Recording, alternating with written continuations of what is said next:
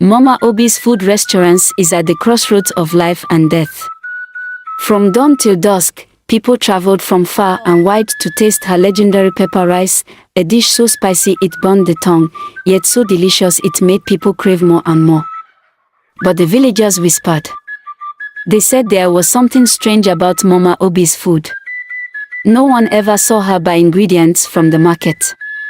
Her rice had a deep red color, almost like coagulated blood. And her shop never closed, not even after midnight. No one dared to ask why. Until the night Chijioke decided to uncover the secret. Chijioke was a bold young man, always questioning things others ignored. One evening, he hid behind a pile of firewood near Mama Obi's restaurants, waiting for everyone to leave. The night was dark, the air thick with the scent of spices and something else. Something rotten. Then, as the village slept, they came. Figures in tattered clothes, their skin grey as ash, their eyes black and empty. They walked stiffly, as if their bones had forgotten how to move. Chijioke covered his mouth to keep him from screaming. They weren't customers. They were corpses. And yet, Mama Obi greeted them with a warm smile. "Welcome, my children," she said, scooping her pepper rice onto plates. The dead devoured it hungrily, shoveling the food into their mouths with trembling fingers. But no matter how much they ate, the hunger in their eyes never faded. Then, one of them turned its head, and Chijioke froze. It was his uncle, dead 2 years ago, buried in the village cemetery. Yet here he was, eating as though his stomach still worked. Chijioke's blood turned to ice. He stumbled backward, knocking over a wooden bowl. The sound was deafening in the silent night. Mama Obi's head snapped toward him. And the dead stopped eating. Their heads turned, their hollow eyes locking onto him. Chijioke ran.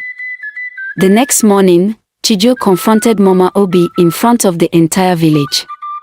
"I saw them," he shouted. "The dead. You are feeding them." Gasps spread through the crowd, but Mama Obi remained calm. She wiped her hands on her apron, sighed, and said, "Yes.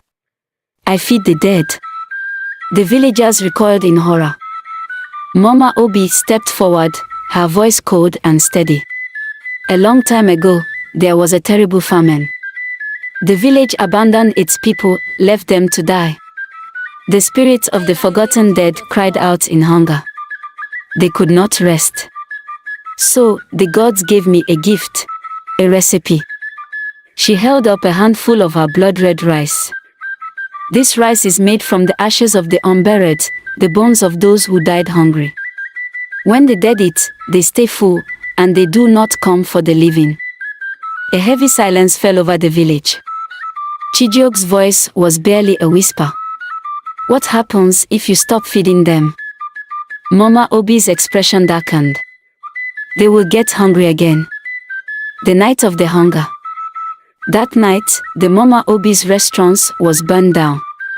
The villagers wanted to destroy the curse, to end Mama Obi's dark practice once and for all. She vanished into the night, never to be seen again.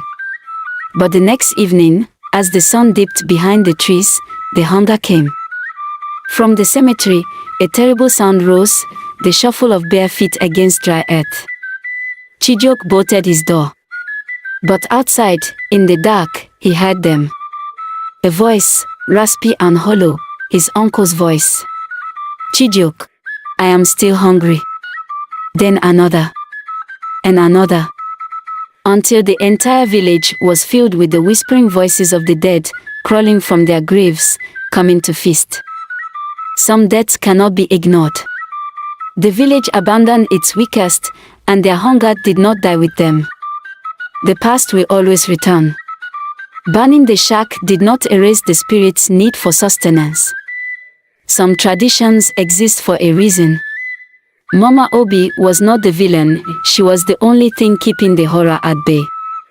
Now, when travelers pass through the village, they see only ruins. But if they stop to listen on a quiet night, they can still hear whispers in the wind.